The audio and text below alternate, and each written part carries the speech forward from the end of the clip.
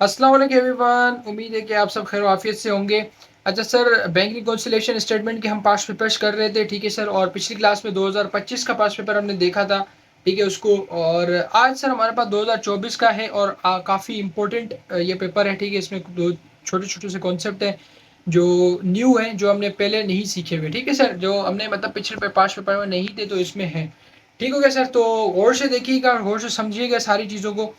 सबसे पहले sir question की रिक्वायरमेंट देखें तो सर क्वेश्चन की रिक्वायरमेंट में हमें क्या कहता है भाई एग्जामिनर। ठीक है सर, इसकी रिक्वायरमेंट, अच्छा सर रिक्वायरमेंट बिल्कुल कट चुकी है, नीचे से नजर नहीं आ रही, लेकिन यहाँ तक हमारे पास ट्रांजेक्शन है। और इसकी रिक्वायरमेंट भी यही है कि मुझे बैंक रिकॉन्सिलेशन स्टेटमेंट बना के दो, ठीक है सर। तो फॉर्मेट तो सर आप लोगों को पता है MS, ठीक है सर। फिर बैंक रिकॉन्सिलेशन स्टेटमेंट आता है, ठीक है सर। फिर होता है S8, ठीक है सर। और हम ये लास्ट मंथ की आखिरी डेट पे बनाते हैं, ठीक है सर। तो ये प्रोबेबली होगा 30 मई 2024, ठीक हो गया सर। और इसका फॉर्मेट क्या होता है भाई? फॉर्मेट सिंपल सीन होता है सर, बिल्कुल इसका कोई इतना मुश्किल नहीं होता हमारे पास। सर यहाँ पे सीरियल नंबर होता है हमारे पास, यहाँ पे पर्टिकुलर्स होता है, और यहाँ पे हमारे पास कैश बुक, और यहाँ पे हमारे पास पास बुक, ठीक हो गया सर। तो इसी तरीके से हमारे पास चीज़ें होती हैं।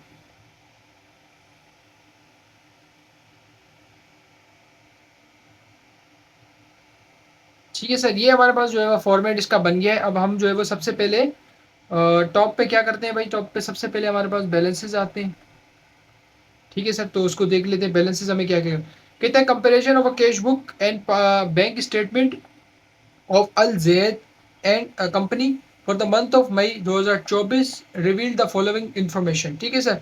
क्या है भाई नाम? अल जैद, ठीक है सर। बैंक स्टेटमेंट और ये सब चीज़ें हमारे पास बना ली। फिर कहता है balances as per cash book, ठीक है, इसने दिया है 42,880। सबसे पहले किसका दिया है हमारे पास? कैश बुक का 42,880, ठीक है सर।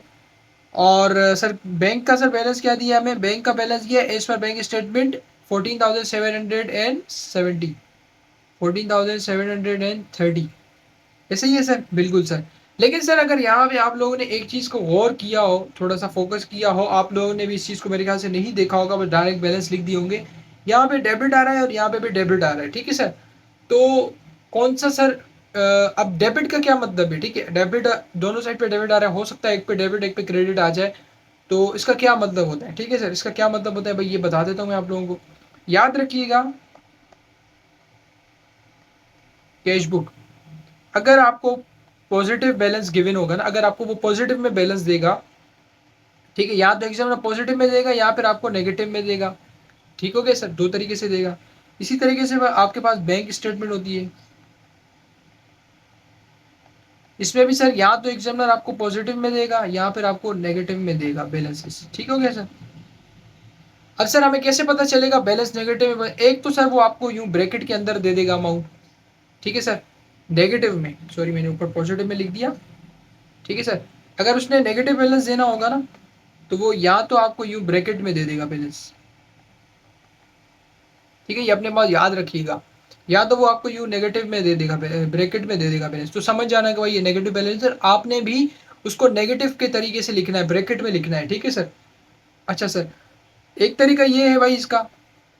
दूसरा तरीका क्या है? दूसरा तरीका ये हमेशा याद रख, अगर वो कहता है बैंक का बैलेंस, सॉरी कैश बुक का बैलेंस डेबिट है, ठीक है सर, तो इसका मतलब है वो पॉजिटिव है। लेकिन अगर वो कहता है क्रेडिट, तो इसका मतलब ये क्या है? नेगेटिव है। और इसी तरीके से सर बैंक का बैलेंस अगर वो कहता है कि क्रेडिट है तो वो पॉजिटिव है, और अगर वो कहता है डेबिट है तो वो नेगेटिव होगा, ठीक हो गया सर। अगर वो डेबिट बोलता है तो वो आपका क्या होगा? नेगेटिव बैलेंस हो जाएगा। अब सर इसके पीछे लॉजिक क्या है, क्या चीज़ है, ये मैंने यार आप लोगों को ऑलरेडी सिखाई हुई है, ठीक है, सबको जिन्होंने मुझसे पढ़ा हुआ है, ठीक है सर। तो आप लोग जो है ना, अगर आपको नहीं पता तो भाई आपको वो कोर्स वोर्स लेना पड़ेगा, ठीक है, सारी चीज़ें उसमें फिर आपको ईजिली मिल जाएंगी। लेकिन शॉर्टकट मैंने आपको बता दिया है कि भाई डेबिट अगर होगा तो इसका मतलब कैश बुक का बैलेंस अगर डेबिट होगा तो मतलब वो आपका पॉजिटिव बैलेंस है, और इसी तरीके से अगर बैंक स्टेटमेंट का क्रेडिट बैलेंस होगा तो वो आपके पास पॉजिटिव बैलेंस है। तो सर ऊपर आए देखते हैं कि भाई हमारे पास कौन कौन से पॉजिटिव बैलेंस है, कौन से दोनों डेबिट में दिए हुए हैं। तो सर कैश बुक का डेबिट बैलेंस है तो इसका मतलब ये तो पॉजिटिव है, लेकिन सर बैंक स्टेटमेंट का भी पॉजिटिव डेबिट में है तो इसका मतलब ये क्या है, नेगेटिव में, तो लेस है, मतलब नेगेटिव साइन के साथ है। और नेगेटिव को हम किस तरीके से प्रेजेंट करते हैं, हम ब्रैकेट में प्रेजेंट करते हैं। ठीक है सर, ये चीज़ हो गई भाई, ये चीज़ सबसे अहम थी, इंपॉर्टेंट थी, ये देख लीजिएगा।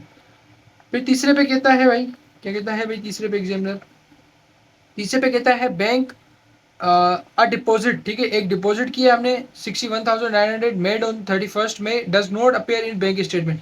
कह रहा हमने बैंक स्टेटमेंट में पैसे तो जमा कर दिए या चेक जमा कर दिया, लेकिन बैंक ने अभी तक उसको शो नहीं किया, तो वो कितना है 61,900। तो सर ऐड करेंगे हम इसको बैंक स्टेटमेंट में, ऐड बैंक में ऐड नहीं है ना, तो हम बैंक बैंक में इसको ऐड करा देंगे बस।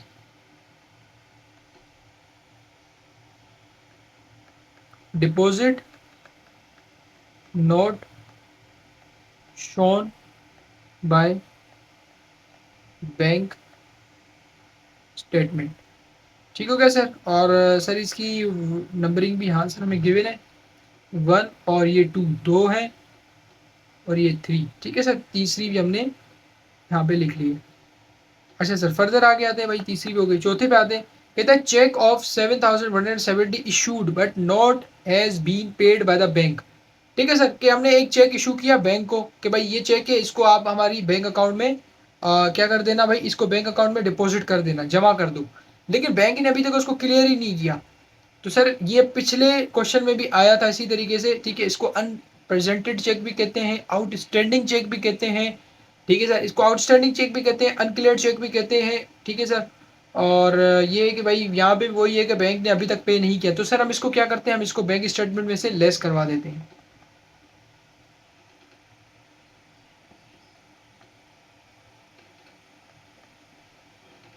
ठीक है सर, चेक इशूड बट,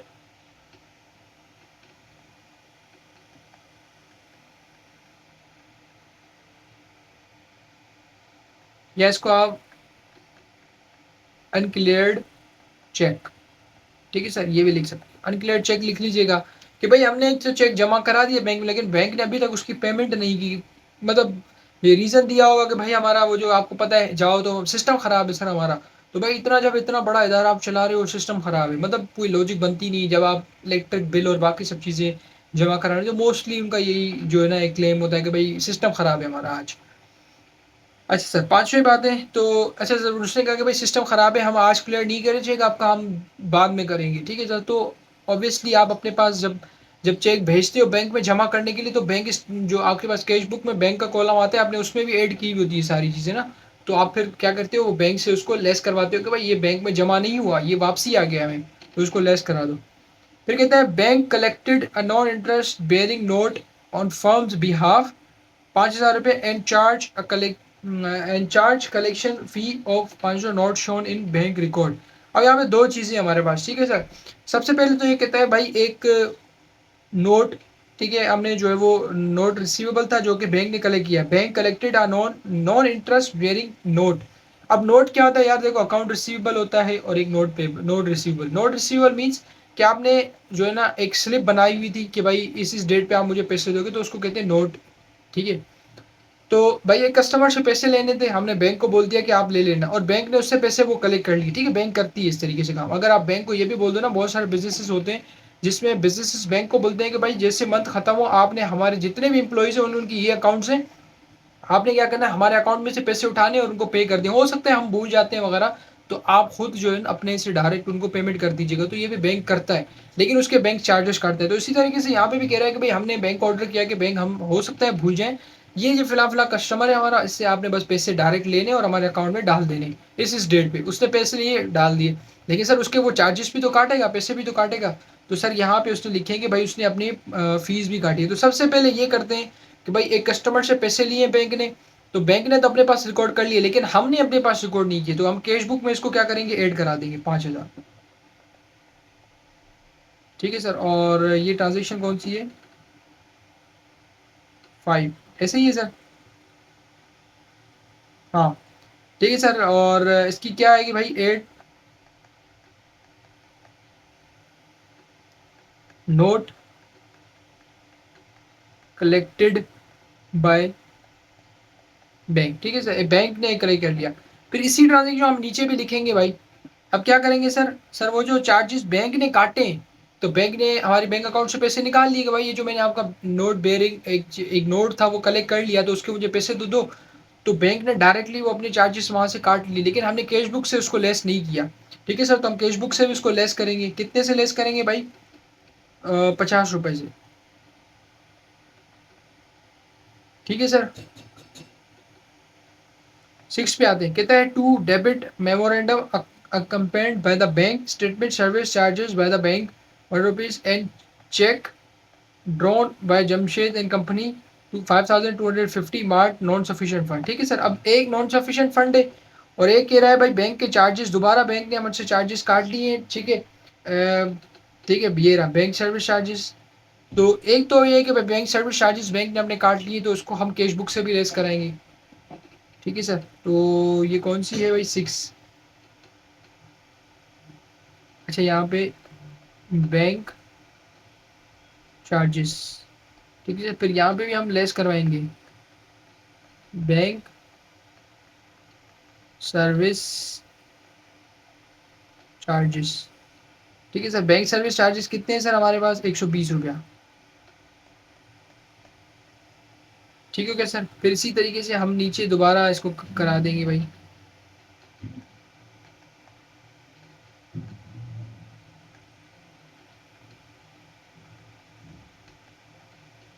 ठीक है सर, नॉन सफिशिएंट फंड को हम क्या करते हैं, हम कैश बुक से लेस करवा दें।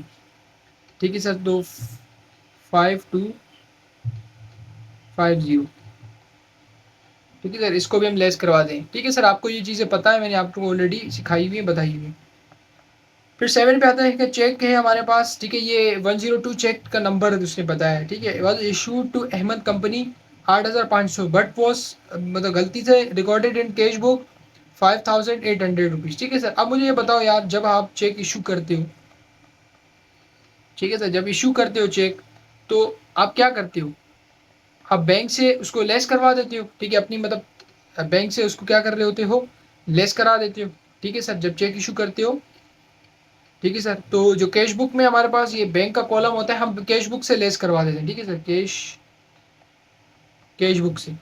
ठीक है सर, कैश बुक से हम क्या करते हैं, उसको लेस करवाते हैं। ठीक है सर, बिल्कुल सर।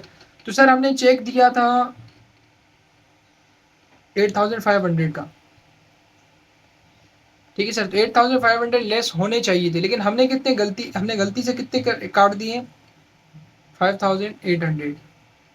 तो सर हमने कितने कम पैसे रिकॉर्ड किए? ठीक है, मतलब हमने अपने बैंक स्टेटमेंट से 8500 रुपये लेस करवाने थे, लेकिन हमने कितने कर दिए? 5800।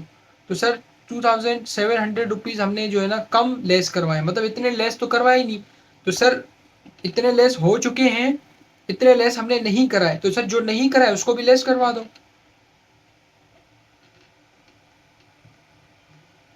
ठीक है सर, इसको भी हम लेस करा देंगे। कितनी अमाउंट है? 2700।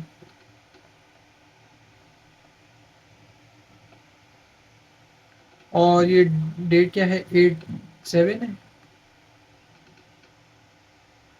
ठीक है सर, और इसका क्या है भाई? Error in cash book recording. ठीक हो गया सर, इसकी लॉजिक भी समझ में आ गई कि हमने जब चेक इशू करते हैं तो हम क्या करते हैं कि भाई हम पेमेंट कर रहे हैं ना, तो हम अपनी कैश बुक से उसको लेस करवाना चाहिए हमें।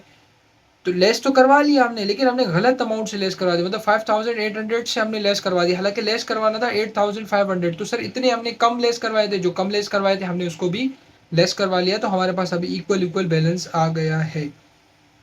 फिर सर 8 पे आते हैं, कहता है credit memorandum was included in bank statement shown that the interest earn on average account balance rupees. ठीक है सर, अब यहाँ पे जो है ना सिंपल बस एक चीज़ समझने वाली है, क्रेडिट। ठीक है सर, तो मैंने आपको बताया था कि जब भी आपको बैंक वर्ड क्रेडिट यूज़ करेगा, जब भी बैंक वर्ड क्रेडिट यूज़ करेगा, इसका मतलब है कि आपके अकाउंट में पैसे जमा हो गए, प्लस हो गया है। और जब भी बैंक डेबिट वर्ड यूज़ करेगा, इसका मतलब आपके अकाउंट से पैसे कट चुके हैं। ठीक है सर, तो यहाँ पे सर ऊपर क्या वर्ड यूज़ कर रहा है, debit, sorry credit word use कर रहा है। तो इसका मतलब कह रहा है भाई मैंने आपके अकाउंट में इंटरेस्ट का एक जो इंटरेस्ट के नाम पे जो इनकम थी आपकी वो मैंने जमा कर दी है, ठीक है सर, 240 रुपये। तो हम क्या कर देंगे, हम इसको 240 रुपये को यहाँ पे ऐड करा देंगे।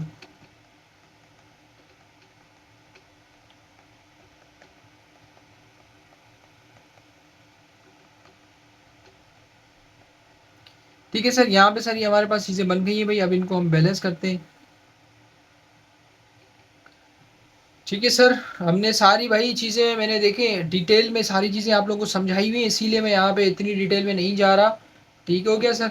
तो अब सबसे पहले क्या करें, 42,880 plus 5,000 minus 50 minus 120 minus 5250 minus 2700 plus 240। तो ये आ रहा है हमारे पास 40,000। ठीक है सर, फिर पासबुक वाली साइड पे आते हैं। तो वहाँ पे याद रखिएगा आपके पास माइनस में चीज़ें, तो -14730 साइंटिफिक कैलकुलेटर है, आपने उसमें किस तरीके से करना है, माइनस का साइन लगाना है, फिर लिखना है 14730, फिर उसमें प्लस करना है, कितना 61900, फिर उसमें से माइनस करना है 7170। ठीक हो गया सर। तो ये आपके पास आंसर आ जाएगा यू 40,000। तो सर ये हमारे पास जो है वो बिल्कुल बैलेंस हो गई है। ठीक है सर, मैंने किस तरीके से बैलेंस निकाला, मैंने इस तरीके से 14730, फिर उसमें मैंने प्लस किया 61900, फिर उसमें से माइनस किया मैंने 7170। ठीक है, डायरेक्टली मैंने सारी चीज़ें कर ली। याद रखिएगा ये माइनस साइन लगाएगा, अगर नहीं लगाया आपका आंसर गलत आएगा। ठीक है, और आप लोग कंफ्यूज होते रहेंगे कि पता नहीं क्या गलत कर दिया, हालांकि अमाउंट में कैलकुलेशन में आपसे गलती हो रही होंगी, आप चीज़ें आगे पीछे कर देंगे। ठीक है सर, तो ये सर हमारे पास 2024 का first year accounting bank reconciliation statement का क्वेश्चन था। ठीक है, क्वेश्चन नंबर 5। होप सो कि आपको समझ में आई होंगी चीज़ें। स्टिल कोई मसला हो, कुछ भी हो, आप कमेंट कर दीजिएगा, मैं वहाँ पे दोबारा आपको चीज़ें एक्सप्लेन कर दूंगा। ठीक हो गया सर, तो मिलते हैं सर फिर अगले लेक्चर में। तब तक के लिए अल्लाह हाफिज़, दुआ में यार।